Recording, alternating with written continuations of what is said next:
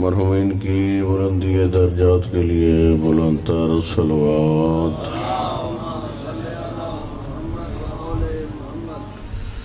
نعرہ تکبیر،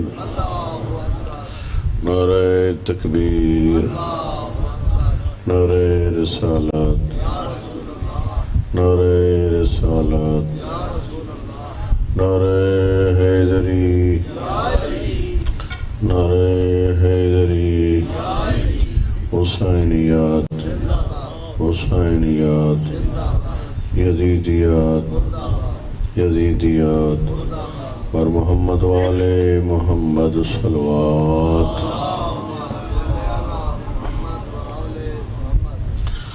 لا حول ولا قوة إلا بالله العلي العظيم۔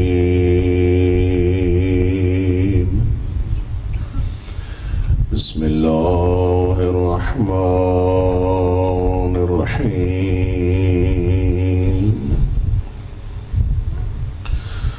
الحمد لله رب العالمين، والصلاة والسلام على سید الدارین جد الحسن والحسین صلوات۔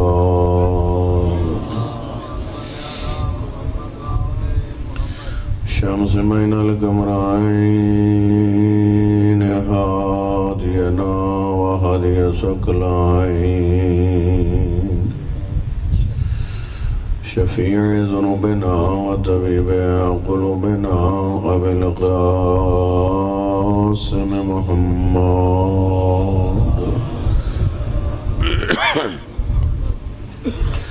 وعلى آل بیتہ الطیبین الطاہرین المعصومین، المنتخبین المنتجبین المظلومین،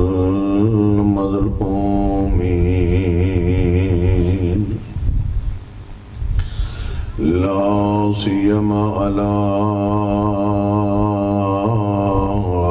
امام زماننا الحجۃ ابن الحسن العسکری، بلند صلوات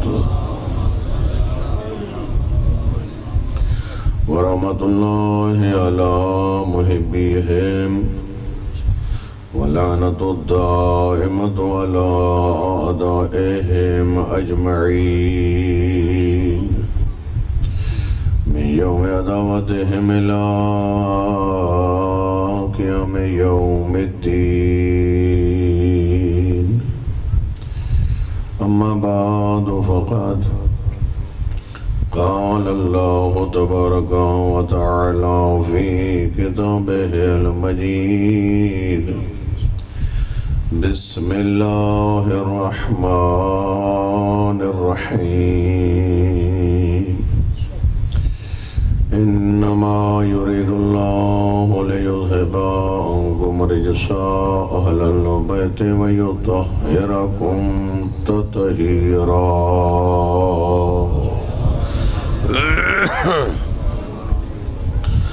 دعاؤں خداوند متعال آپ کی تشریف آوری کو اپنی درگاہ میں قبول و مقبول فرمائے۔ مومنین نے جس انداز میں جس رنگ میں اس پروگرام کے انعقاد میں حصہ ڈالا ہے، اللہ تعالیٰ ان کے حصے کو درجہ قبولیت عطا فرمائے، ان کے رزق میں برکت ڈالے، ان کے گھروں کو آسمانی زمینی بلیا سے محفوظ فرمائے۔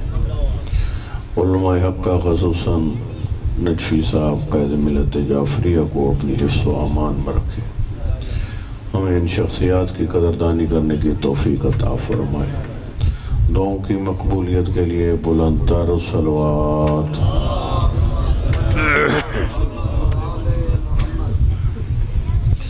توجہ تو ہے آپ کی میری طرف۔ اللہ کی دھرتی پر ایسی چند چیزیں ہیں جن پہ فقط انسان نگاہ نظر کرے تو وہ عبادت پروردگار شمار ہوتی ہے۔ روایات اہل بیت عصمت و طہارت کو پڑھیں، وہاں یہ ساری رہنمائیاں موجود ہیں۔ تو جو ہے میری طرف قبلہ کہ اللہ کی دھرتی پر چند ایسی چیزیں ہیں جن پہ فقط انسان ایک نگاہ دوڑائے، فقط ان کو دیکھے، کوئی ورد نہیں، کوئی ذکر نہیں، کچھ بھی نہیں، فقط یہ نگاہ کرنا عبادت پروردگار شمار ہوتی ہے۔ یوں تو اللہ کی دھرتی پر بڑے گھر تعمیر ہوئے، بڑے خدا کے گھر بنے، ہر ایک مقدس ہے، اس کا احترام ہے، اس کے احکام ہیں، لیکن اللہ کے گھروں میں سے ایک گھر ہے کعبۃ اللہ، بیت اللہ، توجہ ہے میری طرف، جو ایک بے مثال گھر ہے۔ اللہ کے گھروں میں سے ایک بے مثال گھر بیت اللہ ہے، کعبہ ہے۔ اور اسی طرح اگر آپ کی توجہ ہو، آسمانی کتابیں تو خدا نے بہت ساری نازل فرمائیں، لیکن ان آسمانی کتابوں میں سے بے مثال کتاب کا نام قرآن ہے۔ تو جو ہے میری طرف قبلہ، بے مثال کتاب کا نام قرآن ہے۔ اور اگر آپ کی توجہ ہوتی تو دو جملے اور میں نے روایات کو مد نظر رکھ کر کہنے ہیں۔ معصومین کے چہروں میں سے، معصومین کے چہروں میں سے بعد از مصطفیٰ اللہ نے جو بے مثال چہرہ خلق فرمایا وہ علی کا چہرہ ہے۔ نعرہ تکبیر، نعرہ رسالہ، نعرہ حیدری،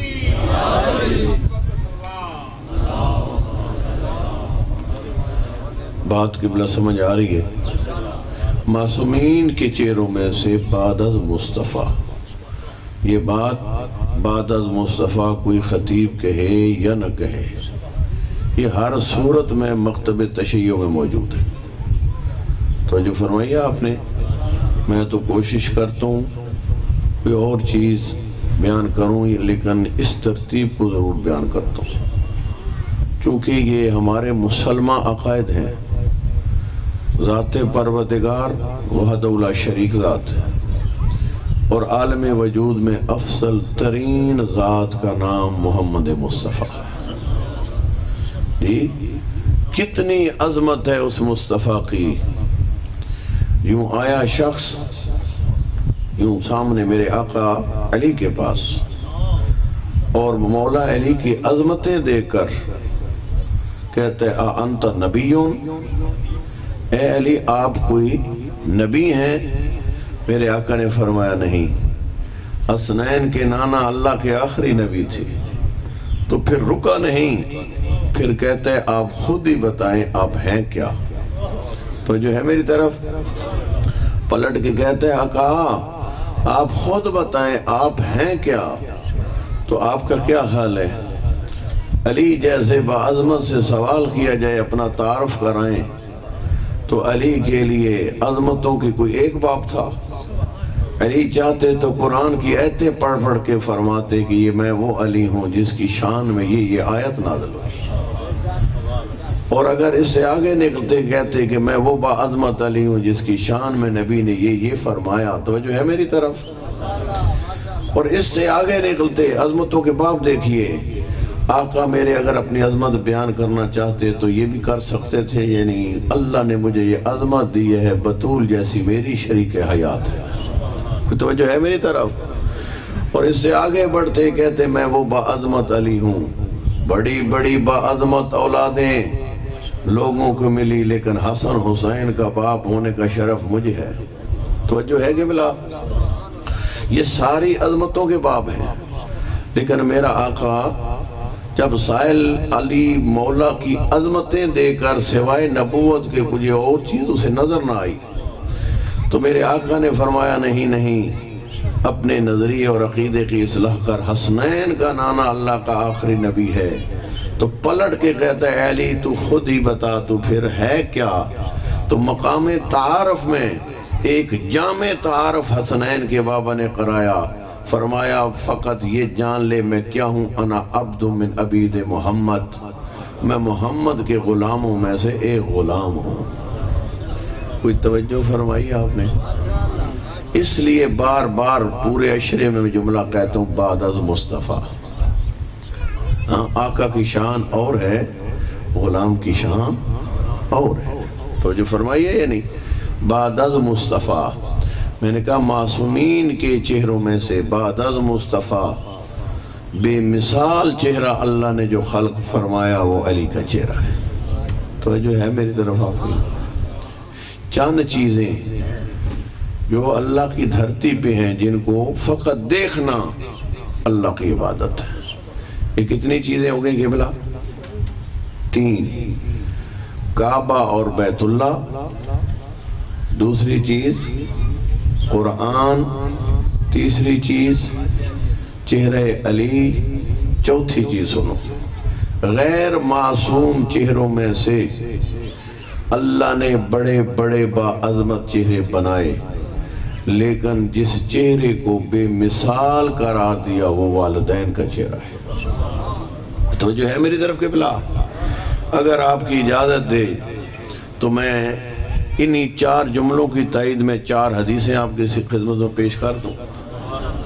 تیرا میرا صادق امام فرماتا ہے النظر الی الکعبۃ عبادہ، فرمایا کہ تجھے اللہ توفیق دے، فریضہ حج ہے تو فریضہ حج ادا کرنے جا، اگر نہیں ہے تو عمرے کی توفیق ہو، مکہ کی سرزمین پہ پہنچے، بیت اللہ میں داخل ہو جا، کھڑا ہے یا بیٹھا ہے، نہ تو طواف کر رہا ہے، نہ تو کوئی ذکر کر رہا ہے، نہ کوئی ورد کر رہا ہے، فقط ادھر خان بیت اللہ میں جا کر تیری مسلسل نگاہ جم جائے کعبہ پر، جتنی دیر تیری نگاہ جمی رہے گی اتنی دیر کو خدا اپنی عبادت شمار کرتا رہے گا۔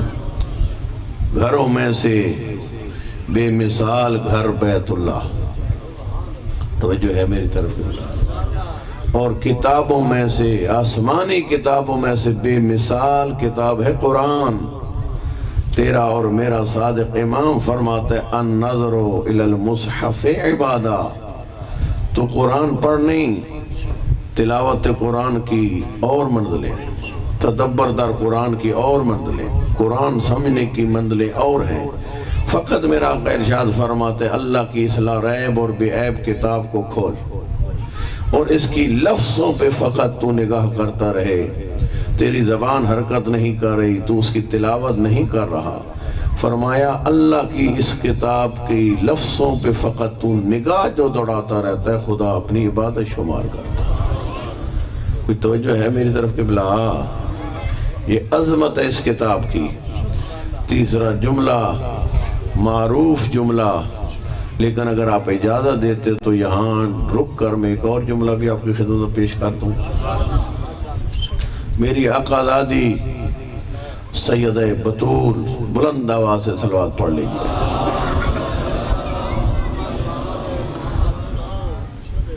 اللہ کی مخلوق میں افضل ترین ذات کا نام مصطفیٰ ہے، اور مستورات کی دنیا میں جس سے بڑھ کر کوئی بعظمت مستور خدا نے خلق نہیں کی اسے دنیا بطول کہتی ہے۔ توجہ فرما رہے ہیں؟ میری آقا دادی فرماتے حبب الی من دنیاکم ثلاث، میری آقا دادی فرماتے او دنیا والو تمہاری دنیا میں سے بطول کو 3 چیزیں بڑی پسند ہیں۔ کتنی چیزیں قبلہ؟ بی بی فرماتی ہے تمہاری دنیا میں سے مجھ بطول کو 3 چیزیں بڑی پسند ہیں۔ خصوصاً میں اپنی ماں بہنوں کو متوجہ کروں گا، ذرا بچوں کو خاموش کرائیں، اس بات کو سنیں۔ آپ ہیں کنیز زہرا، آپ کی پسند وہ ہونی چاہیے جو زہرا کی پسند ہے، آپ کو وہ چیز ناپسند ہونی چاہیے جو سیدہ بطول کو ناپسند ہے۔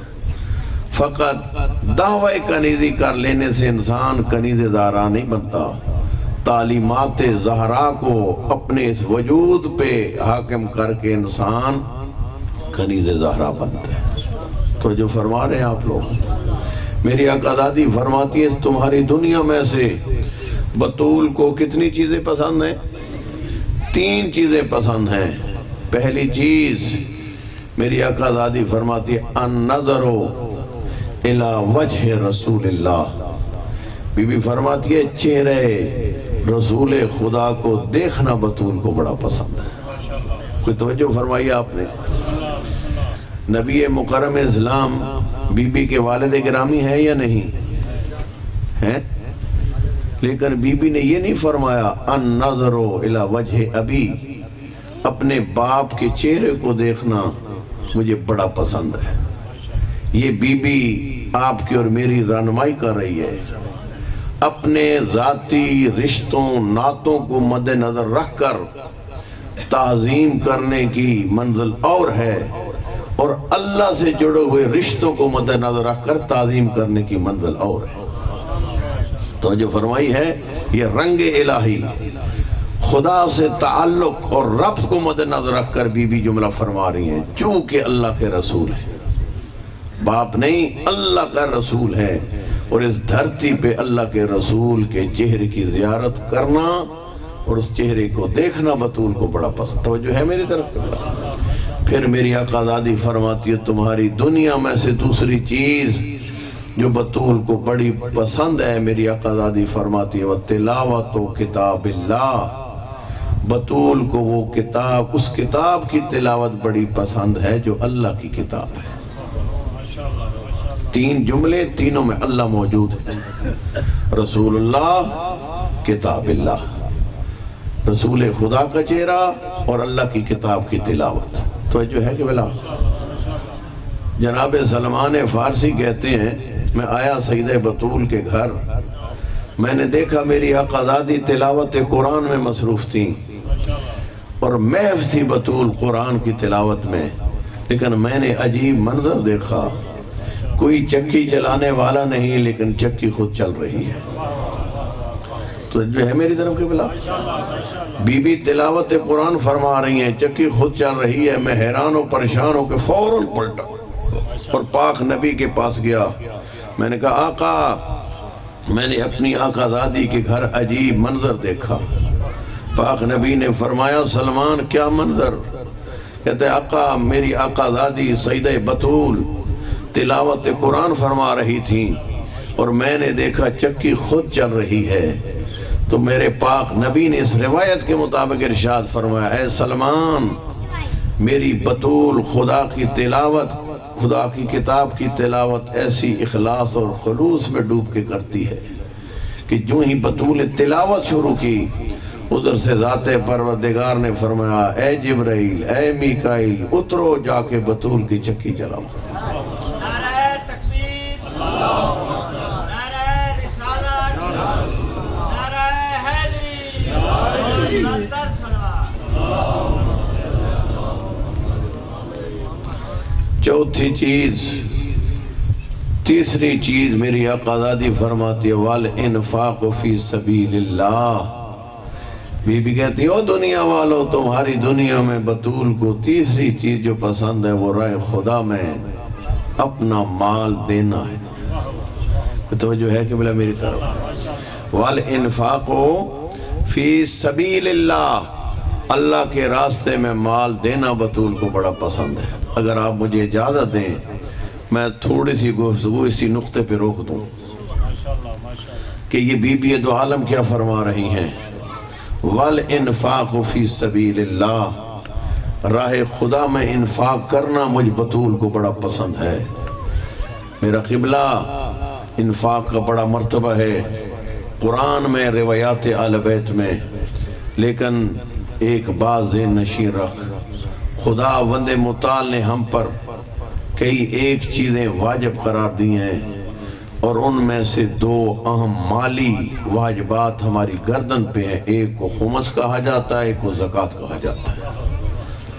میں مجالس کراؤں، میں مساجد بنواؤں، میں پل تعمیر کروا دوں، میں فقیر ہوں، میں مال خرچ کر دوں، لیکن اگر میں خمس کا پابند نہیں، میں زکوٰۃ کا پابند نہیں، تو میرا یہ انفاق کرنا کسی کام کا نہیں ہے۔ چونکہ ترتیب نبی و آل نبی کے دروازے سے لینی ہے، تھوڑا سا بیدار ہونا۔ پہلا مرتبہ ہے واجبات کی ادائیگی کا، بعد میں مستحب انفاقات کی حیثیت اور اہمیت بنتی ہے۔ اس بات کو یوں سمجھاتا ہوں، ایک شخص واجب نماز ادا کرتا نہیں اور نماز تہجد پوری شب نماز تہجد پڑھتا رہتا ہے، مستحبات پڑھتا رہتا ہے، تو بتائیں اس نے من پسند تو عبادت کی ہے، خدا پسند عبادت نہیں کی۔ توجہ فرمائی ہے، تعیش ہے، عادتیں بنی ہوئی ہیں۔ اس طرح دین مبین پہ عمل کرو جیسا محمد و آل محمد نے کر کے دکھایا۔ توجہ ہے میری طرف؟ جی واجبات کی ادائیگی پہلے ہے۔ جی آپ ماشاءاللہ چہروں سے پتہ چل رہا ہے نمازی چہرے ہو، چہروں سے پتہ چل رہا ہے دیندار چہرے ہو، چہروں سے پتہ چل رہا ہے علماء کو سننے والے چہرے ہو۔ تو میں ایک سوال کر سکتا ہوں اس ایسی محفل میں؟ جو ذاکرین کے نیچے بیٹھتے ہیں ان کا اپنا حساب ہے، میں علماء کے اور مسلسل سفید ریش بہت سارے بیٹھے ہیں، نامعلوم 60 سال 70 سال ہو گئے علماء کو سنتے ہوئے، تو کیا میں یہ سوال کرنے کا حق رکھتا ہوں ممبر سے ایک ادنا طالب علم ہونے کی حیثیت سے کہ اس پوری مجلس میں، اس پورے پنڈال میں کتنے لوگ ہیں جو خمس و زکوٰۃ کے پابند ہیں؟ وہ اللہ کے بندو، خمس و زکوٰۃ مستحب نہیں واجب ہے۔ جو انسان اب تک 60-70 سال جید علماء کی تقریریں سن سن کر، ان کی محفلوں میں بیٹھ کر ابھی تک فریضہ زکوٰۃ اور خمس کا پابند نہیں بنا، اس نے علماء سے حاصل کیا کیا؟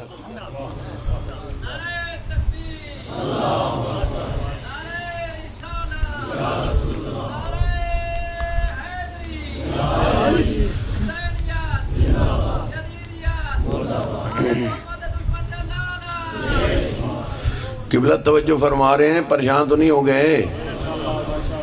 چونکہ مجالس کا مقصد ہے خواب غفلت سے بیدار کرنا۔ فقط آپ واہ واہ کر دیں، میں لچھے دار باتیں سناؤں۔ بڑے بھائی اسلام آباد سے علامہ صاحب آتے، کیا عشرہ پڑھ کے گئے، وہ عشرے کا عملی کوئی فائدہ سامنے آنا چاہیے۔ عشرے سے پہلے آپ کی اور میری حالت کیا تھی، عشرے کے بعد ہماری حالت کیا ہے؟ وہ واجبات جو ترک ہیں ہماری توجہ نہیں، ان واجبات کی ادائیگی کی طرف توجہ کرو، اور اس میں یہ بھی ذہن نشین کر لو، کم آمدن والا ہے، متوسط آمدن والا ہے، زیادہ آمدن والا ہے، کوئی فرق نہیں ہے۔ جتنا حصہ ذات پروردگار نے اس کے مال میں رکھا ہے، اتنا حصہ رکھ کے اپنے مال کو پاک کر۔ تیرا میرا چھٹا امام، صادق امام، بلند آواز سے صلوات پڑھیے مل کے۔ میرے آقا ارشاد فرماتے ہیں، اگر کسی شخص کے ذمہ فقط 1 درم خمس کا ادا کرنے کا رہ جائے، اگر کسی شخص کے ذمہ زیادہ نہیں، صرف 1 درم خمس ادا کرنا رہ گیا، 1 درم، اور خدا اس کو اگر جہنم میں بھیج دے تو کوئی تعجب کی بات نہیں۔ کوئی اپنی آخرت کی فکر میں ہو، اولادوں کو انگلش میڈیم سکولوں میں پڑھاتے ہو، میں اس تعلیم کے مخالف نہیں ہوں، پڑھاؤ، لیکن یاد رکھو اپنے فرائض اپنے ہاتھوں سے ادا کر کے جاؤ، مت اولاد پہ اعتماد کرو، نہ معلوم تمہاری اولاد کل کن عیاشیوں میں ہوگی۔ اور معصوم فرماتے ہیں اصل میں صدقہ ہوتا ہی وہ ہے جو انسان اپنے ہاتھوں سے دے۔ وہ وصیتیں کر کے جائے میری طرف سے یہ تقسیم کر دینا، وہ تقسیم کر دینا، اس کا مطلب ہے مال دنیا تیرے دل سے محبت اس کی نکلی نہیں ہے، اپنے ہاتھوں سے دے کے جاتا نہیں ہے، کہتا ہے میری اولاد آگے یہ کر دے، نہیں، اپنے ہاتھوں سے دے کے جا، اپنے فرائض خود ادا کر، نہ زکوٰۃ ادا نہ خمس ادا، اور پھر بھی سب سے بڑا دیندار میں، وہ اللہ کے بندے فرائض ترک کر کے دیندار بنتا ہے کوئی؟ دینداری کے لیے سب سے پہلی شرط یہ ہے کہ انسان فرائض ادا کرے، محرمات سے اجتناب کرے، ہے یا نہیں قبلہ؟ جی ایک اور مسئلہ بھی جو مجتہدین نے بیان کیا وہ بھی آپ کے سامنے رکھ دوں۔ دیکھیے مجھے نہیں معلوم کس کس کے مقلد، کس کس مرجع کے مقلد آپ بیٹھے، ذرا مراجع کی اپنے اپنے مجتہدین کی توضیح المسائل دیکھیے گا جا کے۔ بزرگان نے سب نے لکھا، ایک شخص آپ نماز کے بارے میں ماشاءاللہ احکام سے آگاہ اور آشنا ہے، میں نے اس لیے اس بات کو چھیڑنے کی اشرے میں ضرورت محسوس نہیں کی۔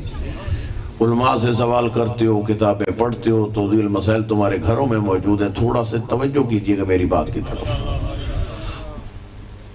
آیا ہر فقیہ نے یہ لکھا ہے یا نہیں کہ غصبی کپڑے میں نماز نہیں ہوتی؟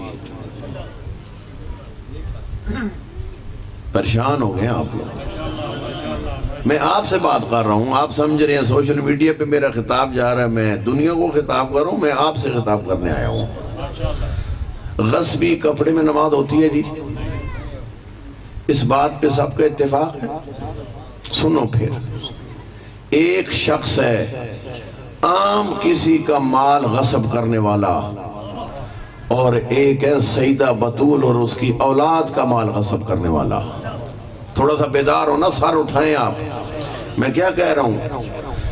ایک ہے عام کسی فرد کا مال غصب کرنے والا، ایک ہے سیدہ بطول اور سیدہ بطول کی اولاد کا مال غصب کرنے والا، یہ دونوں برابر ہیں؟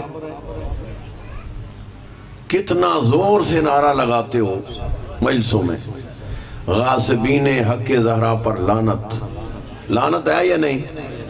میں ابھی جملہ بیان کرتا ہوں، ہمت ہے تو کرو لعنت، چونکہ معرفت نہیں ہے، آگاہیاں نہیں ہے۔ قرآن کریم کہتے ہیں کچھ ایسے بھی قاری قرآن ہیں، کچھ ایسے بھی قرآن کی تلاوت کرنے والے ہیں کہ وہ تلاوت کرتے ہیں، قرآن ان پر لعنت کرتا ہے۔ کچھ ایسے بھی غاصبین حق زہرا پر لعنت، پریشان نہیں ہونا، ذرا جملہ سنیے گا، کچھ ایسے بھی ہیں جو غاصبین حق زہرا پر لعنت کرتے ہیں، ان کو پتہ نہیں، خود بھی اس میں شامل ہوتے ہیں۔ قبلہ آسان ہے یہ کہہ دینا غاصبین حق زہرا پر لعنت، اور آگے سے زور سے کہتے ہو بے شمار۔ ذرا اپنے گریبان میں جھانک کے دیکھ کہ میں خود سیدہ بطول اور اس کی اولاد کا حق تو نہیں غصب کر رہا۔ کوئی توجہ ہے؟ تھوڑا سا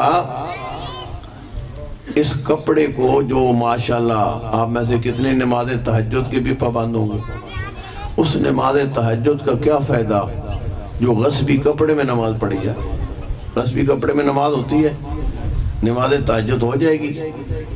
پریشان ہو گئے آپ لوگ۔ یہ قربانیوں کا بھی آج کل بڑا فیشن ہے، اس پہ بھی میں جملہ کہا کرتا ہوں جی، بیل دیے جا رہے ہیں سوشل میڈیا پر، فلاں نے اتنا خریدا، فلاں ماشاءاللہ بڑا امیر آدمی ہے، بڑا رقبے والا، اس نے فلاں بیل لے لیا۔ اس پہ بھی ذرا جملے پہ غور کرو، سنت مؤکدہ ہے یہ قربانی، واجب ہے یا سنت ہے؟ سنت مؤکدہ۔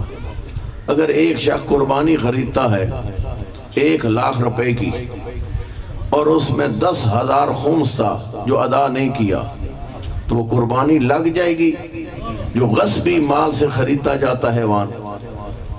کوئی توجہ ہے؟ وہ قبلہ جس طرح غصبی کپڑے میں نماز نہیں ہوتی، اسی طرح غصبی پیسہ لگا کر جو قربانی کا حیوان لگاتے وہ قربانی کہاں لگے گی؟ ہماری توجہ نہیں ہے نقطوں کی طرف جی۔ صرف قبلہ علماء کے گھٹنوں پہ ہاتھ لگانے سے انسان دیندار نہیں بنتا، محمد کی شریعت پر عمل کرنے سے دیندار بنتا ہے۔ نعرہ تکبیر، نعرہ رسالت، نعرہ حیدری۔ اللہ کے بندو تھوڑا عمل کی طرف آؤ، سب سے پہلے اپنے واجبات کو سیٹ کرو، سب سے پہلا مرحلہ۔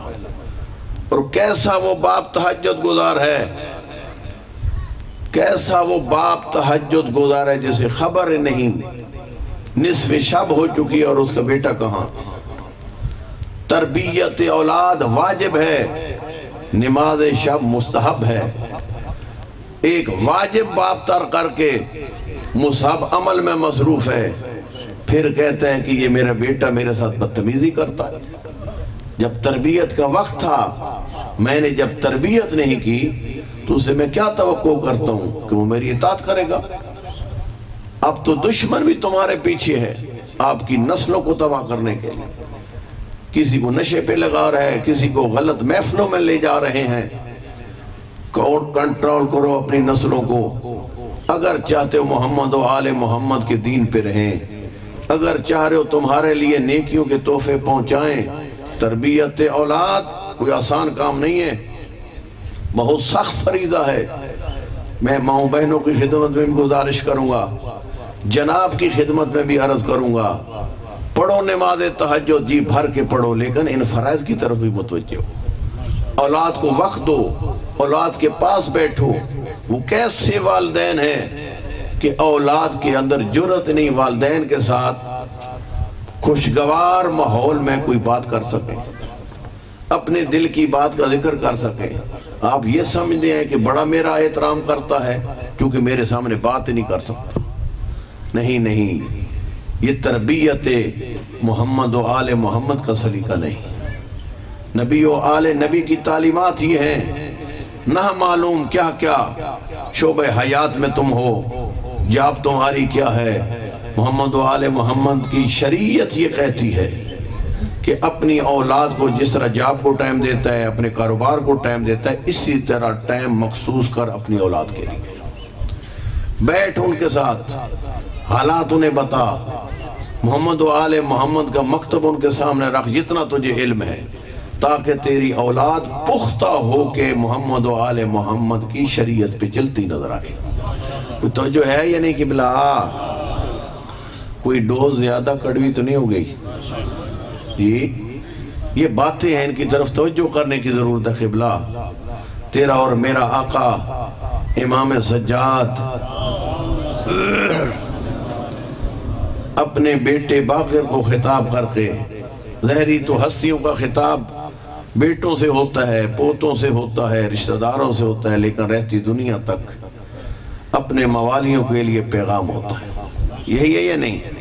اپنے بیٹے کو خطاب کر کے فرماتے ہو میرا لال، چند لوگوں سے دوستی نہ لگانا، ان چند لوگوں کے ساتھ ہم سفر نہ بننا، ان چند لوگوں کے ساتھ گپ شپ نہیں کرنی۔ یہ کبھی فریشمنٹ کے لیے بیٹھتے ہو نا بیٹھکوں پہ ایک دوسرے کے پاس ڈیروں پہ جا کر، تو امام نے بتایا ہے معیار کیا ہے، کس کے ساتھ بیٹھا کر، کس کے ساتھ نہ بیٹھا کر، کس کے ساتھ سفر کیا کر، توجہ ہے میری طرف، کس کے ساتھ سفر کیا کر، کس کے ساتھ سفر نہ کیا کر، جی کس کے ساتھ آپ نے گفتگو کرنی ہے، کس کے ساتھ محفل جمانی ہے، کس کے ساتھ نہیں جمانی ہے۔ تو امام باقر عرض کرتے ہیں بابا ارشاد فرمائیے وہ کون سے لوگ ہیں جن کے ساتھ اٹھنا بیٹھنا نہیں رکھنا، جن سے زیادہ محفلیں نہیں جمانی، جن کے ساتھ ہم سفر نہیں ہونا، سننا چاہو گے؟ میرے آقا فرماتے ہیں ایاکا و مصاحبت الکذاب، فرمایا میرا بیٹا یاد رکھ، کبھی بھی جھوٹے شخص کے ساتھ نہ سفر کرنا، نہ اس کو اپنی محفل میں بیٹھانا، نہ محفل میں بیٹھنا۔ جھوٹے شخص سے سروکار نہ رکھ۔ ساتھ وجہ بھی امام نے بتائی، فرمایا جھوٹے شخص کی دوستی اسی طرح ہے جس طرح سراب ہوتا ہے۔ سراب پتنی آپ سمجھتے ہیں، یعنی صحراؤں میں دور سے دیکھے تو پتہ چلتا ہے پانی پانی ہے، جب وہاں پہنچتے ہیں تو وہ ریت کے ذرات چمک رہے ہوتے ہیں، پانی تو ہوتا نہیں ہے، یعنی جو چیز نہیں ہوتی وہ دکھاتا ہے۔ فرمایا جھوٹا شخص اسی طرح چیزیں تیرے سامنے پیش کرے گا جن کا حقیقت سے تعلق نہیں ہوگا، اور یہ دھوکہ دہی کا ایک عجیب فارمولہ ہے اس کے پاس، لہذا کبھی بھی جھوٹے شخص کو اپنا ساتھی نہ بنا۔ توجہ ہے میری طرف؟ ایاکا و مصاحبت الکذاب، دوسرا جملہ میرا آقا ارشاد فرماتا ہے ایاکا و مصاحبت الفاسق، فاسق و فاجر شخص، بے شک تیرا رشتہ دار ہے، بے شک تیرا بڑے مفادات کا وہ محافظ ہے دنیاوی مفادات، اجتماعی مفادات، تیری پارٹی کا آدمی ہے، فاسق شخص سے دوستی نہ لگا، فاسق شخص کی نہ محفل میں بیٹھ، نہ فاسق شخص کو اپنی محفل میں بٹھا۔ تو جو فرماتے ہو اس کی وجہ بھی معصوم نے بیان فرمائی، میرے آقا فرماؤ میرا بیٹا فاسق و فاجر ممکن ہے تجھے ایک لقمے کے بدلے میں بیچ دے، تیرا معاملہ کر دے ایک لقمے کے بدلے میں، لہذا اس فاسق کو اپنا دوست نہ بنا، اس کے ساتھ ہم سفر نہ ہو، ہم سفر کے لیے امین ہونا ضروری ہے، اور فاسق شخص امانتوں کا خیال نہیں کرتا۔ تو جو فرما رہے ہیں آپ۔ تیسرا جملہ میرا آقا ارشاد فرماتا ہے ایاکا و مصاحبت البخیل، میرے آقا فرماتے ہیں کبھی بھی بخیل کو دوست نہ بنا۔ تو جو ہے میری طرف کے بلا، بخیل کو دوست نہ بنا، بخیل کے ساتھ ہم سفر نہ ہو، بخیل کی محفلوں میں نہ بیٹھ۔ وجہ بیان فرمائی، فرمایا جب بھی دوست کس کے لیے ہوتا ہے، یہ ہمارے معاشرے میں بھی جملہ معروف ہے، دوست وہ ہوتا ہے جو مشکل وقت کام آئے، یہ معروف ہے یا نہیں؟ ہمارے ہاں یہ جملہ معروف ہے یار، دوست وہ ہوتا ہے جو مشکل وقت میں کام آئے۔ تو امام فرماتے ہیں یاد رکھ، یہ بخیل شخص اس کو تو دوست بنائے گا جب تجھے اس کی مال کی ضرورت پڑے گی، وہ اپنے ہاتھ کو کھولے گا نہیں اور گھٹ لے گا، بند کر لے گا، یعنی وقت ضرورت تیرا ساتھ نہیں دے گا۔ لہذا ایسے لوگوں کو دوست ہی نہ بنا کہ وقت ضرورت تو ان سے کوئی امید لگائیں اور وہ تجھے مایوس کر دیں۔ کوئی توجہ فرما رہے ہیں آپ لوگ؟ پہلا ایاکا و مصاحبت الکذاب، دوسرا ایاکا و مصاحبت الفاسق، تیسرا ایاکا و مصاحبت البخیل، اور چوتھا ایاکا و مصاحبت ایاکا و مصاحبت الاحمق۔ میرے آقا فرماتے ہیں کسی بے وقوف کو اپنا دوست نہ بنا۔ کوئی توجہ ہے میری طرف؟ کہیں آپ کے مزاج کے خلاف تو میں نے باتیں نہیں شروع کر دی۔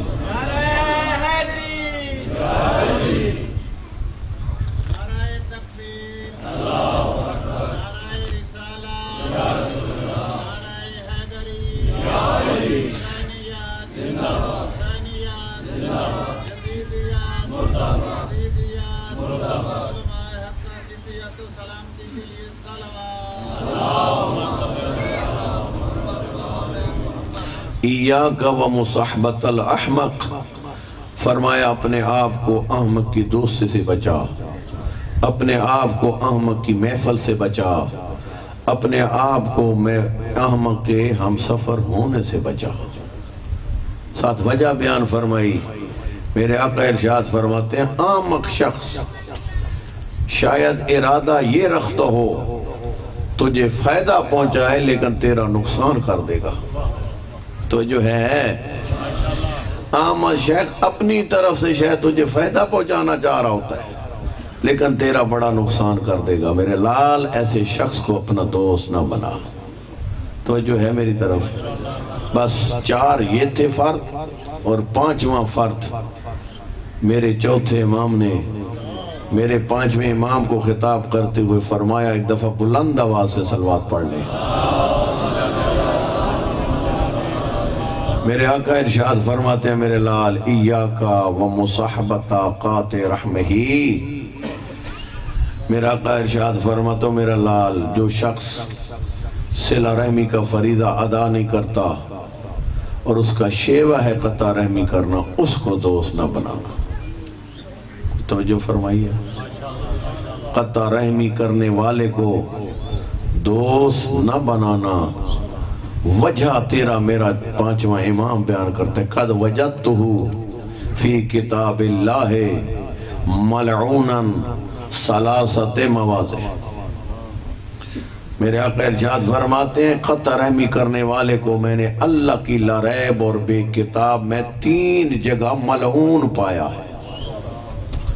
قطع رحمی سمجھتے ہو، صلہ رحمی سمجھتے ہو، جی رشتہ داروں کے ساتھ آمد و رفت رکھنا، بول چال رکھنا، چھوٹی چھوٹی بات پر بگڑ کر جی پھر کہو جی نہیں تمہارا اپنا راستہ میرا اپنا راستہ، یہ ایک سسٹم ہے آل بیت عصمت و طہارت کا، خانوادوں کو فیملیوں کو بچانے کا، اور حتیٰ فرمایا جس طرح نماز واجب ہے اسی طرح صلہ رحمی واجب ہے۔ توجہ ہے میری طرف؟ میرا محترم، یہ شریعت محمد کی تیرے میرے جذبات کے تابع نہیں ہونی چاہیے، اپنے جذبات کو نبی اور آل نبی کی شریعت کے تابع بنا۔ یہ چھوٹی سی بات ہو جاتی ہے بگڑ جاتے ہو، سسرالیوں سے بات ہوئی پھر رخ ہی نہیں کیا، پتہ نہیں اپنے آپ کو کیا سمجھتے ہو، بھائیوں کے ساتھ بات ہو گئی، سال ہاں سال گزر جاتے ہیں، ایک بھائی دوسرے بھائی کو سلام نہیں کرتا، یہ کس شریعت پہ عمل کر رہے ہو؟ اپنے آپ کو کہتے ہو ہم پیروکار ہیں علی کے، اولاد علی کے، اور ان کی سیرت کی ایک بات نہیں ہے، نہیں۔ سن صادق امام فرماتے سل من قطعک، فرمایا جو مسلسل تجھ سے قطع رحمی کرتا ہے اس سے بھی تعلق جوڑ، تو علی والا ہے۔ اور یہ جملے آپ کو کہیں نہ معلوم کس طرح سنا دیے گئے ممبر پر، یہ اینٹ کا جواب پتھر سے نہیں، یہ اینٹ کا جواب پتھر سے جو ہماری اردو میں بولا جاتا ہے اس کی جگہ یہ ہے ہی نہیں جی۔ نبی مختار کے ساتھیوں کی تعریف قرآن نے کیا، رحماء بینہم واشداء علی الکفار، جب عالم کفر کا مارکہ ہوتا ہے تو ان سے بڑھ کر شدید حملے کرنے والا کوئی نہیں ہوتا، جب اپنوں کی بات ہوتی ہے تو ان سے بڑھ کر کوئی مہربان نہیں ہوتا۔ نیند تو نہیں آ گئی؟ کوئی توجہ فرما رہے ہیں؟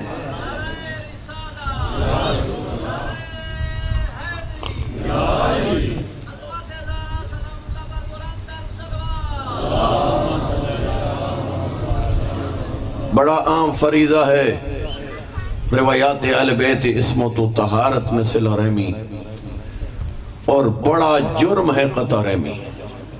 معصوم فرماتے ہیں کئی رنگ کے لوگ آج نہیں اس دور میں بھی تھے کہ آقا میں تو مسلسل تعلقات جوڑنا چاہتا ہوں، تو آج کی جو لینگویج ہے زبان ہے، مسلسل آگے سے ریسپانس نہیں مل رہا، اور آگے سے مجھے کوئی ویلکم نہیں کہہ رہا، آگے سے میری بات پہ کوئی کان نہیں دھر رہا، اگنور کیا جا رہا ہوں، کوئی اہمیت نہیں دیتا۔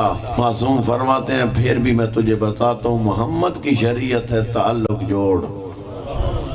کوئی توجہ فرما رہے ہو؟ حتیٰ معصوم فرماتے ہیں ایک گلاس پانی کا رشتہ دار کو پیش کر کے اپنے صلہ رحمی کے فریضے کو ادا کر، کوئی ضروری نہیں ہے۔ حتیٰ فرماتے ہیں جاتے ہو رشتہ داروں کے گھروں میں جتنی توفیق ہے کوئی پھل لے جایا کرو، کوئی فروٹ لے جایا کرو، کوئی بچوں کے لیے چیز لے جایا کرو، تاکہ یہ صلہ رحمی کا سلسلہ جاری اور ساری رہے۔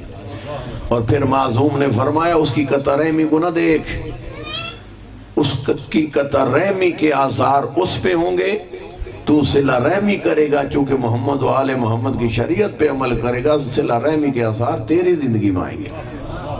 پھر فرمایا صلہ رحمی کے آثار کیا ہیں؟ فرمایا اللہ تجھے طول عمر دے گا۔ فرمایا صلہ رحمی کے آثار یہ ہیں اللہ تیرا رزق تھوڑا بھی ہوگا اس میں برکت ہوگی، تھوڑا سا بیدار ہونا۔ اور فرمایا جو قطع رحمی کرتا ہے بتنا مال ہو اس کی پوری نہیں پڑے گی، برکت اٹھ جائے گی، عمریں چھوٹی ہو جائیں گی، اور گھر جائے گا، ہمیشہ پریشان رہے گا۔ اور اگر صلہ رحمی کرے گا ہمیشہ تیرا دل کشادہ ہوگا، ہمیشہ تیری پریشانیاں دور ہوں گی، چونکہ تو شریعت محمد و آل محمد پہ عمل کر رہا ہے۔ تو جو فرمائی ہے ان فریضوں کی طرف، ان تعلیمات کی طرف، اگر خدا نخواستہ بہن بھائی یہ رشتہ داروں کے ساتھ چھوٹا موٹا سسرالیوں کے ساتھ ادھر ادھر معاملہ ہے، خدا را آج کی مجلس کے صدقے میں جاؤ، نہ تیری ملقیدوں پہ لگتی ہے، نہ تیری بلوچائی، نہ تیری سیادت، تو ایک ایک قدم جو اٹھائے گا صلہ رحمی کے لیے خدا اس کو اپنی عبادت شمار کرے گا۔ او اللہ کے بندو اس دنیا داری کو چھوڑ دو، ان زہری مقام اور منصبوں کو چھوڑ دو، ان زہری امیتوں کو چھوڑ دو، صدقے دل کے ساتھ محمد و آل محمد کے دروازے پہ جھک جاؤ۔ یہ ہے حکم۔ او جی میں ایک گیا ہوں، مجھے سلام نہیں کیا، اب میں نے جانا ہی نہیں ہے، اب میری حیثیت نہیں ہے، میرا سٹیٹس نہیں ہے۔ سٹیٹس وہی ہے جو محمد و آل محمد نے بتلایا۔ تیرے میرے صادق امام کا آخری وقت، وہ ایک روایت تو آپ نے علماء سے بڑی سنی، میں دوسری روایت پیش کرنا چاہتا ہوں۔ آخری وقت تھا اور کبھی غشی آتی تھی، کبھی فاقہ ہوتا تھا۔ آخری لمحات میرے صادق امام کے، فرمایا میرے سارے رشتہ داروں کو بلایا جائے۔ رشتہ دار بلائے گئے۔ پہلا معروف جملہ آپ نے علماء سے سنا ہوا ہے، آپ نے ارشاد فرمایا لا تنالوا شفاعتنا من استخف الصلاۃ، جو نماز کو ہلکا شمار کرے گا ان کو ہم آل بیت کی شفاعت نصیب نہیں ہوگی۔ یہ سنا ہے نا؟ دوسرا جملہ سنو، میرے آقا کی کنیز کہتی ہے، یہی کیفیت تھی میرے آقا کی، مجھے پاس بلایا، مجھے پاس بلا کے فرمایا یہ اتنے درہم و دینار پڑے ان کو اٹھا، اور فلاں میرے جد حسن مجتبی کی نسل سے فلاں جو شخص ہے اس کو دے کے آ۔ کہتی ہے میں نے دیکھا آقا پہ سخت مرلہ ہے، یہ شاید ان کے ذہن میں بات نہیں رہی وہ کون ہے، توجہ کیجئے گا۔ میں نے کہا آقا وہ تو وہ ظالم ہے جس کو آپ کہہ رہے میں جا کے یہ درہم و دینار دے کے ہوں، جس نے آپ پر قاتلانہ حملہ کیا تھا اور آپ کا ران مبارک زخمی ہو گیا تھا۔ وہ مکتب آل بیت فقط اپنے 12 اماموں کی لسٹ مکمل کے لیے صادق امام کا نام نہ پڑھا، سیرت میں دیکھ تیرا صادق امام فرماتا ہے وہ اس کا عمل ہے، یہ میرا عمل ہے۔ قاتل اپنا قاتل، اور پھر ساتھ فرمایا اے میری کنیز، اے کنیز خدا تو یہ چاہتی ہے میں اللہ کی لا ریب اور بے عیب کتاب پر عمل نہ کروں؟ اگر اس نے چھوڑ دیا عمل تو میں چھوڑ دوں؟ نہیں، کسی کا شریعت پہ عمل نہ کرنا میرے لیے جواز نہیں فراہم کرتا میں بھی شریعت پہ عمل نہ کروں۔ پتہ نہیں کتنے بندوں نے یہ میری آخری بات سمجھی ہے۔ پورا دین اس ایک جملے میں نے بیان کر دیا ہے۔ کسی کا شریعت پہ عمل نہ کرنا یہ جواز فراہم نہیں کرتا میں بھی شریعت پہ عمل نہ کروں۔ کسی کی بے دینی مجھے یہ جواز نہیں دیتی میں بھی پھر بے دینی کا راستہ اختیار کروں۔ دیندار بن، کوئی بے دینی کرے یا نہ کرے تجھے دینداری سے آگے بڑھنا چاہیے۔ شریعت پہ عمل کر، سامنے والا شریعت پر عمل کرے یا نہ کرے، چونکہ تو نے اپنی آخرت سنوارنی ہے، تو نے اپنا معاملہ صاف کرنا ہے، اور یہی حکم شریعت کا اور یہی تعلیمات ہے نبی اور آل نبی کی۔ علامہ نقن ایک بہت بڑا برصغیر کا نام ہے، پتہ نہیں آپ اس نام سے کتنے آشنا ہیں۔ مجھے تو علماء نے بتلایا، قبلہ نجفی صاحب ایک بہت بڑے جید عالم ہیں ہمارے، یہ بھی جب نقن صاحب لاہور آتے تھے تو سرگودے سے سفر کر کے ان کی مجلس سننے جاتے تھے۔ علامہ نقن، اس شخصیت کو علامہ نقن کہتے ہیں۔ وہ فرماتے ہیں کہ کربلا میں بس 2 کے 2 جملے میں توسل کے کہتا ہوں، عزاداران مظلوم کائنات، علامہ نقن فرماتے ہیں کہ یہ کربلا کا کیس مسلمانوں کی عدالت نہیں، غیر مسلموں کی عدالت لگے، یہ میں نے ان کی کتاب میں جملہ پڑھا، غیر مسلم یہودیوں عیسائیوں کی، حتیٰ خدا کے وجود کے منکروں کی، کافروں کی عدالت ہو تو کہتے ہیں کہ 2 کردار ایسے ہیں نا کربلا کے، ان 2 کرداروں کو پیش کر میں حسین کو مظلوم ثابت کر سکتا ہوں، میں حسین کو بے خطا ثابت کر سکتا ہوں جی۔ اور وہ فرماتے ہیں معلوم ہے کون سے 2 کردار؟ وہ فرماتے ہیں ایک کردار ہے علی اصغر کا اور ایک کردار ہے سکینہ کا۔ یہ 2 ایسے کردار ہیں کہ بلا 6 ماہ کا بچہ کسی دین میں کسی مکتب میں مجرم نہیں ہوتا۔ یہ ہے یا نہیں بات؟ بس سنو جملے، اس علی اصغر کی موت کا اثر کیا ہے۔ اسی ہندوستان میں حسین ڈے منایا گیا، مجھے ایک عزیز نے کم میں بتایا، تو اس میں وہاں ایک رواج ہے کہ سنیوں کو، شیعوں کو، حتیٰ ہندوؤں کو بھی بلاتے ہیں حسین ڈے میں۔ تو کہتے ہیں کہ گفتگویں ہو رہی تھی، ایک ہندو وزیر کو بلایا گیا، حسین ڈے امام حسین کی کانفرنس تھی، اس ہندو نے آ کر 2 جملے کہے، وہ محفل جو جمی ہوئی تھی نا اس کو مجلس حسین میں اس نے تبدیل کر دیا۔ پہلا جملہ اس نے کہا، میں ہوں ہندو لیکن حسین کو اپنا آقا اور مولا مانتا ہوں۔ دوسرا جملہ سخت کہا، کہتا ہے کہ مجھے کربلا کا مسلمان سمجھ میں نہیں آیا، کہتا ہے مجھے کربلا کا مسلمان سمجھ میں نہیں آیا جنہوں نے 3 نوک تیر ایک ایسے کم سن کو مارا جس کی کم سنی کا عالم یہ تھا، اسے علم ہی نہیں تھا تیر کھا کے رویا جاتا ہے یا ہنسا جاتا ہے۔ اجرکم اللہ زیادہ رو، اجرکم اللہ زیادہ رو، جس کی کم سنی کا عالم یہ تھا۔ تیرا میرا صادق امام فرماتا ہے، او ہمارے شیعو، جب اللہ کی درگاہ میں تمہارا کوئی توسل قبول نہ ہو رہا ہو، درگاہ الہی میں دم مظلوم کا واسطہ دیا کرو۔ راوی آگے بڑھا، آقا کس مظلوم کا خون ہے جس کا خدا کی درگاہ میں واسطہ دے تو دعائیں جلدی قبول ہوتی ہیں؟ میرا آقا فرماتا ہے، میرے جد حسین کے اصغر کا خون ہے، اور جس کا خدا کی درگاہ میں واسطہ دو تو اللہ کے ہاں دعائیں بڑی جلدی قبول ہوتی ہیں۔ مقتل کہتا ہے، مقتل کہتا ہے وقت کے دامن میں گنجائش نہیں، میں خاص رنگ میں اور خاص عقیدت کے ساتھ شہادت علی اصغر پڑھا کرتا ہوں، لیکن وقت کے دامن میں زیادہ گنجائش نہیں، اتنا مقتل کہتا ہے۔ نانا کی امت کے سامنے آیا حسین، اور بطول کے چاند نے بڑی عجیب غربت کی باتیں کی۔ میرا آقا فرماتا ہے، یا آل الکوفہ قد قاتلوا ولدی و اخی و انصاری۔ میں یوں ترجمہ کرتا ہوں، کوفیو تم نے میرا غازی مار کے میری کمر کو توڑ کے رکھ دیا، اور تم نے میرا اکبر مار کر میری آنکھوں کا نور ختم کر دیا، اور تم نے میرے یار و انصار مار کر مجھے پردیس میں بے سہارا کر دیا۔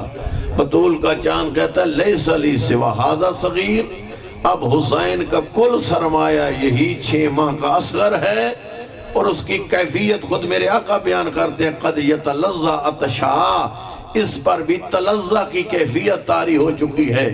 بزرگ عالم قم میں بیان فرما رہے تھے، تلظا کی لفظ مچھلی کی موت پہ استعمال ہوتی ہے کہ بلا پانی سے جب جدا ہوتی ہے نا مچھلی، اس پہ 3 حالتیں طاری ہوتی ہیں۔ پہلی حالت کبھی دائیں سر مارتی ہے، کبھی بائیں سر مارتی ہے، پھر مچھلی تڑپنا شروع ہوتی ہے، تڑپ تڑپ کے عزادارو جب مچھلی تھک جاتی ہے، سنو کے جملے ذرا سینوں پہ ہاتھ رکھو، اپنی مشکلات کو سامنے لو۔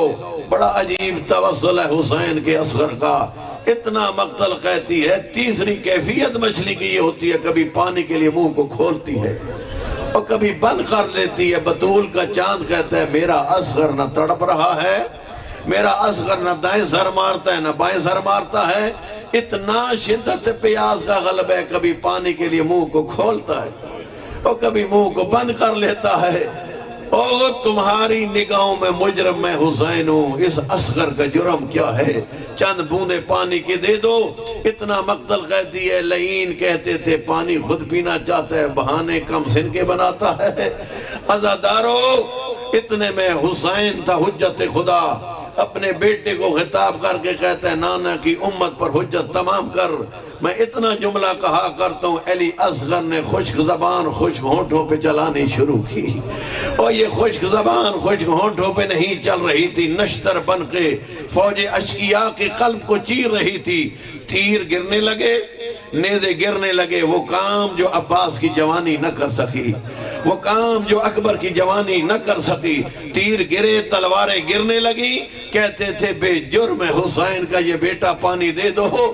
اتنے میں عمر سعد کہتا، اینا حرملہ، او حرملہ کہاں؟ اقتا کلام الحسین، حسین کا ننھا مجاہد ہماری جیتی ہوئی جنگ ہار میں بدل رہا ہے۔ عزادارو اس لعین نے تیر کمان میں رکھا۔ رونا چاہتے ہو اصغر کی غربت پر؟ ذرا سر اٹھاؤ، میرے سوال کا جواب دو۔ یہ تیر 6 ماہ کے پیاسے کو مارنے والا تھا؟ علماء تو بیان کرتے ہیں یہ وہ تیر تھا جو شاہ سواروں سے زین سے گرانے والا تھا۔ عزادارو، یہ تیر کمان میں رکھا، اتنے میں میرا دل یہ کہتا ہے وہ رباب جو منظر دیکھ رہی تھی، جو بھی گئے پلٹ کے نہیں آیا، یقیناً کھڑی ہوگی در خیمہ پر، دیکھ رہی ہوگی حرملہ نے تیر رکھا ہے۔ بعید نہیں، میری آقا زادی کہتے ہو اپنے تیر کا وزن دیکھ اور میرے اصغر کا نازک بدن دیکھ۔ تیر کا کام ہے سوراخ کرنا، لیکن مقتل یہ قد ذابہ من الاذن الى الاذن، ایک کان سے دوسرے کان تک اس اصغر کو ذبح کیا تیر نے۔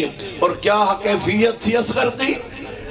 روایت کا جملہ ہے میرے امام باقر کا، یتململو علی صدر ابی قطر المذبوح، میرے جد کا اصغر پیاسے باپ کے پیاسے سینے پر اس طرح تیر کھا کے تڑپ رہا تھا جس طرح تازہ پرندہ ذبح کرتے ہو تڑپتا ہے۔ اور زہرا کا چاند اصغر کو لے کر جا رہا ہے خیام کی طرف، لیکن یہ جملہ سنو، مختار زخمی نے جب حرملہ کو گرفتار کیا تو مختار نے کہا حرملہ تو نے کربلا میں بڑے ظلم کیے ہیں، بتا کوئی ایسا وقت بھی آیا تیرے اندر بھی بطول کے چاند کے بارے میں رحم آ گیا ہو؟ بے بس ہو کے رویا حرملہ، کہتا ہے ہاں مختار ایک وقت آیا جب میں بھی حسین کی غربت پہ رو پڑا، اس میں کہتا ہے مختار وہ کون سا وقت تھا؟ کہتا ہے جب میں نے اس کے صغیر کو تینوں کا تیر مارا، یوں ہاتھوں پہ اصغر اٹھایا تھا، کبھی پریشان ہو کے خیام کی طرف جاتا تھا اور کبھی میدان کی طرف آتا تھا، دل ہی دل میں سوچتا تھا جا کے اس کی ماں کو جواب کیا دوں گا؟ اللہ لعنت اللہ علیکم الظالمین وَسَيَعْلَمُ الَّذِينَ ظَلَمُوا أَيَّ مُنْقَلِبٍ يَنْقَلِبُونَ۔ میرے اللہ تجھے اپنی عظمت و جلالت کا واسطہ ہمارے ٹوٹے پھوٹے الفاظ کو درجہ قبولیت عطا فرما، سیرت نبی و آل نبی پہ عمل کرنے کی توفیق عطا فرما، صلہ رحم کے فریضے کو ادا کرنے کی توفیق عطا فرما، خمس و زکوٰۃ و نماز کے فریضوں کو ادا کرنے کی توفیق عطا فرما، رزق حلال کمانے، رزق حلال کھانے کی توفیق عطا فرما، 12ویں آقا کے ظہور میں تاجیل فرما، آقا کے قدموں میں جام شہادت نوش کرنے کی توفیق عطا فرما۔ میرے اللہ بیٹوں کو سیرت اکبر عطا فرما، بہنوں کو سیرت زینب کبریٰ عطا فرما، ماؤں کو سیرت زہرا عطا فرما، بھائیوں کو سیرت عباس عطا فرما، دوستوں کو سیرت حبیب ابن مظاہر عطا فرما، بیماروں کو شفائے عاجلہ و کاملہ عطا فرما، علماء حق کا خسایہ ہمارے سروں پہ قائم و دائم فرما۔ میرے اللہ اس پروگرام کے انعقاد میں مومنین نے جس رنگ میں جس انداز میں بھی حصہ ڈالا ہے تو علیم بذات صدور ان کے حصے کو درجہ قبولیت عطا فرما۔ رب صلی علی محمد و آل محمد و اجل فرجہم۔